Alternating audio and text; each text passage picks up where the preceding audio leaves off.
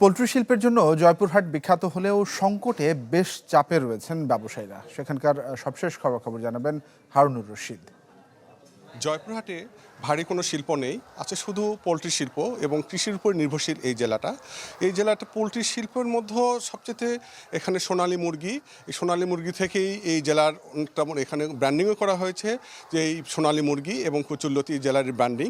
তো হঠাৎ করে এই যে কারফিউ আসছে, কারফিউর পর থেকেই কিন্তু আবার যে পোলট্রি অনেকটা ধস নেমে এসেছে। এখানে যারা পোলট্রি ব্যবসায়ী আছেন তারা বলছেন কিন্তু তাদের উৎপাদন যে খরচটা বাড়ছে, কিন্তু সেই হিসাবে তারা পোলট্রির যে মুরগিগুলো আছে বিক্রি করতে পারছেন না। লক্ষ লক্ষ টাকা লস হচ্ছে। মুরগি বেচবো, সে পাইকার পাচ্ছি না। ডিম বেচবো, ডিমের পাইকার নাই। বাচ্চা ফুটাচ্ছি, বাচ্চার দাম কম। চতুর্দিকে লস আমাদের কোম্পানির। এখন তো বাজার আরও নিচে, কোনো পাইকার আসতেছে না মুরগি কেনার জন্য। ভয় করতেছে তারা, গাড়ি ঘোড়া কীভাবে নেবো, মুরগি নেবো, কোথায় রাখবো, কে নিবে। জয়পুরহাটের এই ব্র্যান্ডিং এটা কি রক্ষা করতে সংশ্লিষ্টদের যারা আছেন তাদের প্রতি এগিয়ে আসার আহ্বান এখন সকলের। তো এই ছিল জয়পুরহাট থেকে এই যে পোলট্রি শিল্পের সর্বশেষ পরিস্থিতি।